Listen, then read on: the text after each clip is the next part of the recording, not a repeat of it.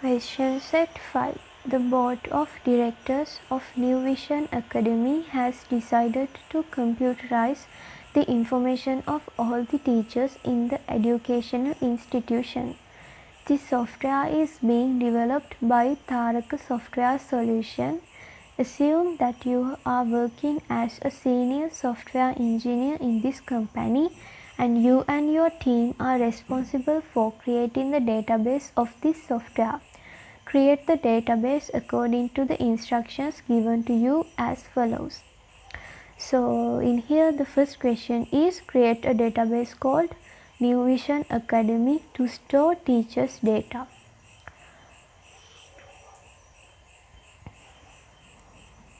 So for this I am going to use ID SQL and right click, create new database, the database name as New Vision Academy,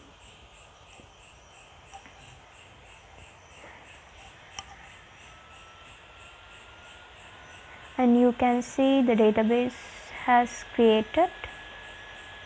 Now I'm going to the second question. So this software has a table called teacher. To store teachers' data, follow the instructions given to create it. So they have given me the column names as teacher register number, first name, last name, gender, contact number and email. Then the data types are Vacha, so the length is different.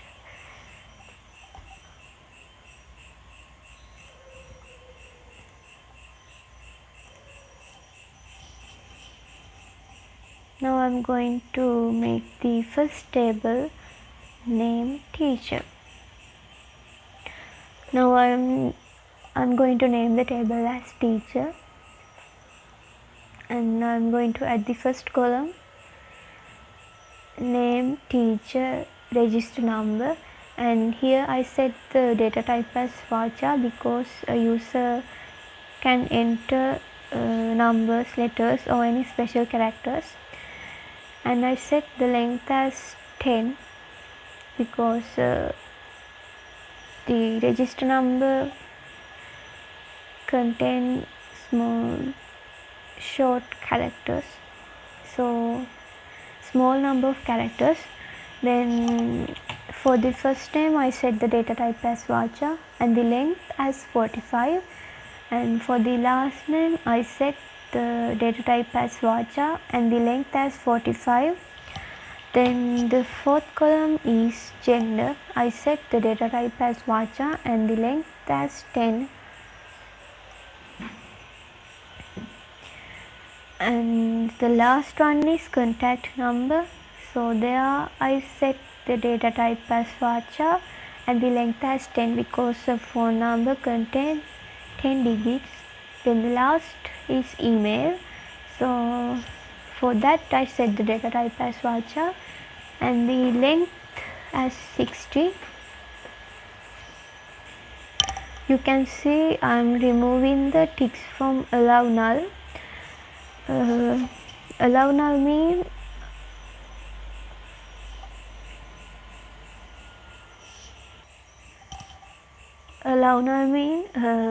if user can enter a value or else user can leave without entering any value. So when I am removing these ticks from allow null, user must enter the values without skip that field. So for the email address I haven't done it. I haven't removed the tick because some people do not have email address, so that's why I keep that tick. So now I have completed making this teacher table, and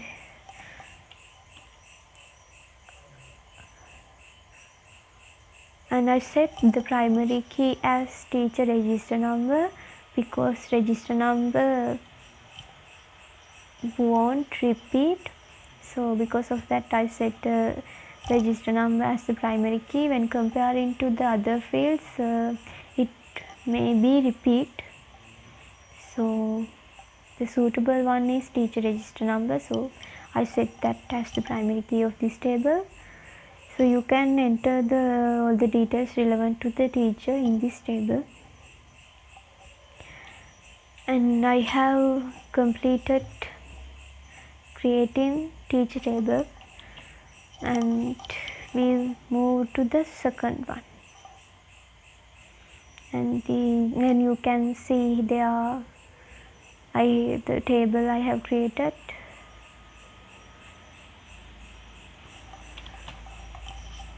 And my last question is, enter the data shown in the table below in the database table you have set up above. Do not use the graphical method when entering data here. All data must be entered from the query statements. So they have specifically told to enter data with using query statements. So they have given the data relevant to the columns: teacher register number, first name, last name, gender, contact number, and the email. So now I am going to insert this data to the table I have created using queries.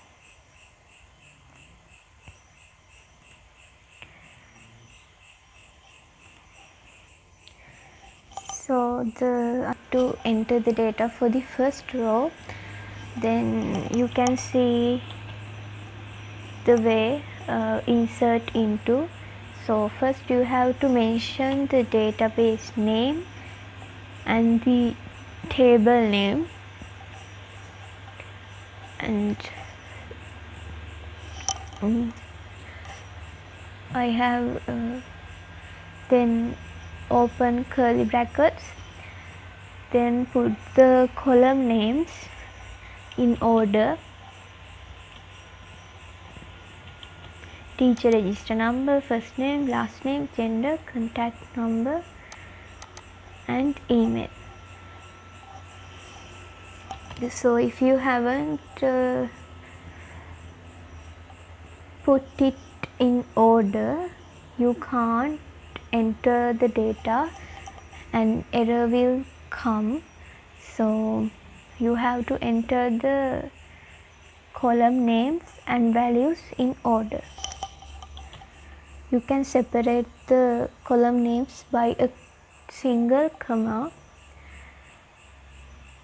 and after putting all the column names, you can close it with the closing bracket with the bracket and then values. So in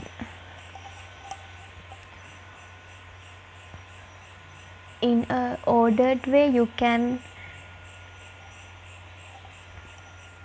enter values.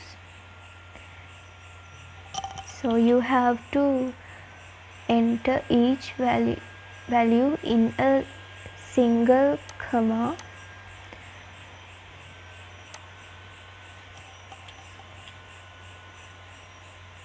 and separate it using a comma. After that, close the bracket and put semicolon to end this SQL command. Then in SQL we end the command with using semicolon. Like when we write sentences, we end the sentences with a dot. So when we're talking about SQL, so to end SQL command we have to use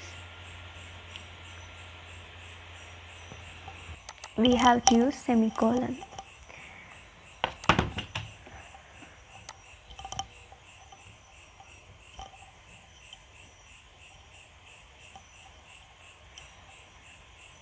So this is my SQL command, and now I am going to execute it.